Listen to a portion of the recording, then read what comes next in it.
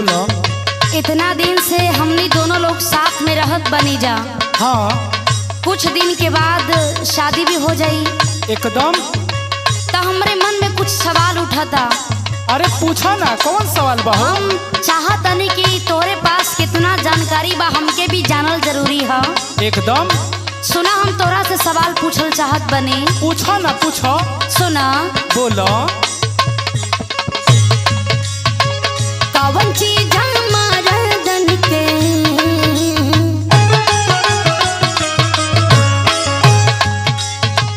कौन चीज मर्दन के चाटे में हरिया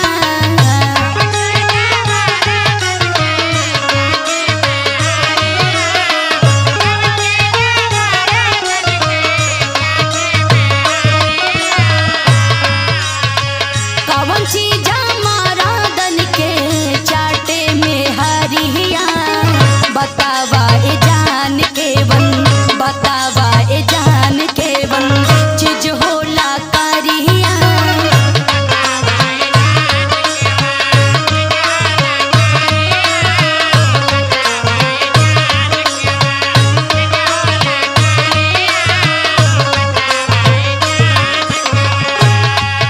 अरे पगली, इहे पूछबी हमरा से?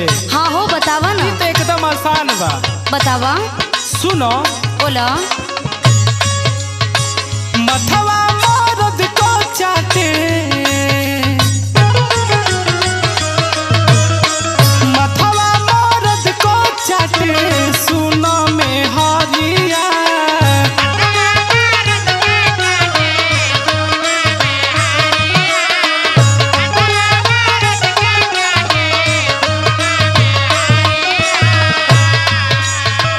मथवा मर्द को चाटे, मथवा मर्द को चाटे, सुनो में हरिया। ए हमार जान काजर, ए हमार जान काजर, होखेला करिया।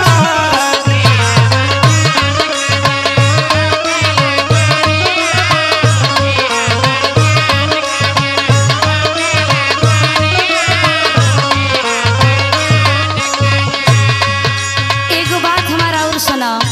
बोलो। हम जानत तनी कि तोहरे पास बड़ा ज्यादा जानकारी हो, एकदम। लेकिन हम कुछ और अभी सवाल हमारे पास बचल बा।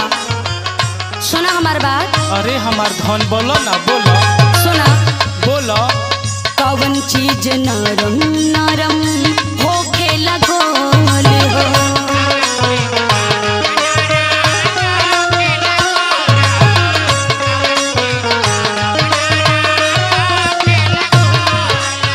धीरे धीरे दबहला से जाए फूल हो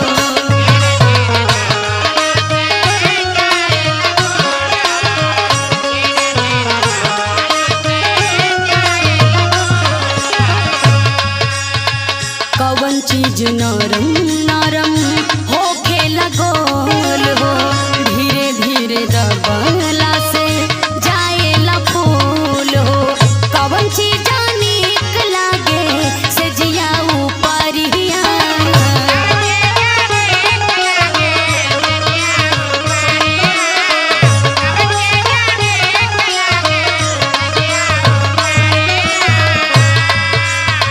कौन चीज नीक लागे से जिया ऊपरिया ए हमर जान कवन ए हमर जान कवन चीज होला करिया ए हमर जान कवन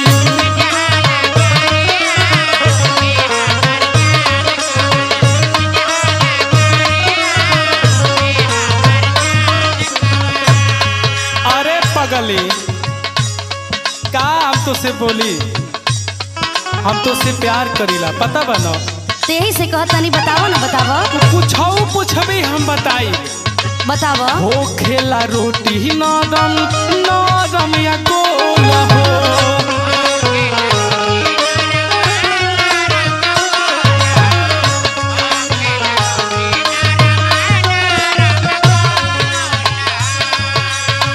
धीरे धीरे दबाला से जाएला फूल हो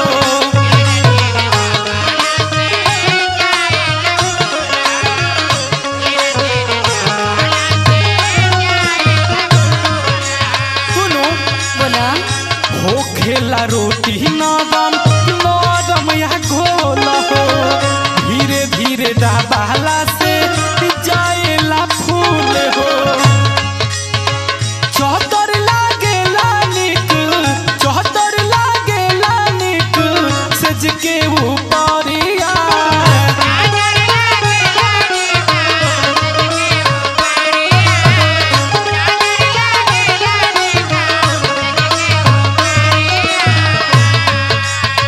चौतर लागेला निक सज के ऊपरिया ए हमार जान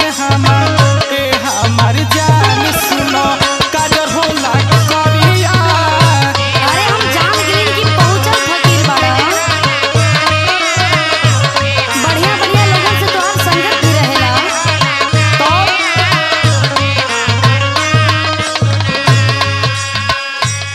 अब की बार बहुत सोचे वाली बात बा अरे कौन यदि बात रहो ए सवाल के जवाब दे ले बाना तो हमार कंफ्यूजन भी दूर हो जाई और हम मान जाए कि सचमुच तोरे पास बड़ी जानकारी बा बड़ा दिमाग बा अच्छा एगो बात कही बतावा अगर ये सवाल के जवाब दे दे तो शादी कर लेबू अरे बिल्कुल ठीक बा तो सुना दोनों टांग बीचे कौन चीज हो खेला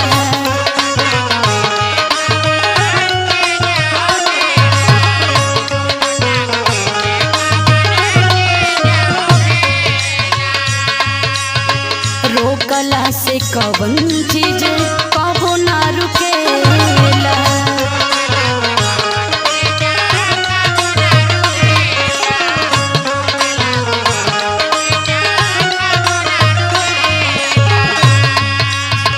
दोनों टांग पीछे कौन चीज हो खेला रोकला से कौन चीज कबो ना रुकेला और सुना लागेला नीक के कर देव जब गरिया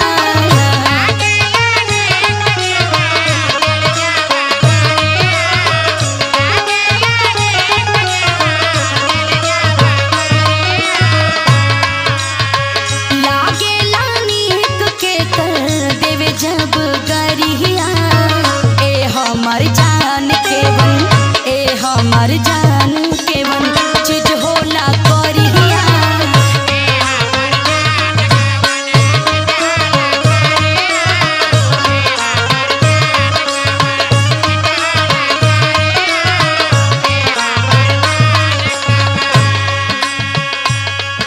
इहे सवाल हो हाँ हो तू को तो बता देनी अब तोहार तीसर का सवाल भाई ना हाँ हाँ बतावा सुनो बतावा फफड़ा दोनों टोंगिया के बिचावा में हो खेला ई फफड़ा माने का होला हो बताओ तनी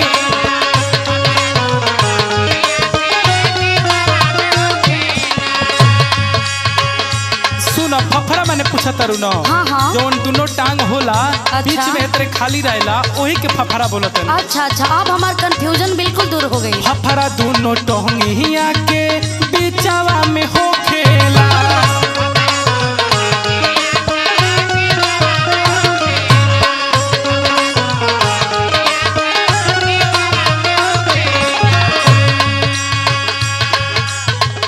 ओपी बहुचटी सन कबो सौ में नाही रुकेला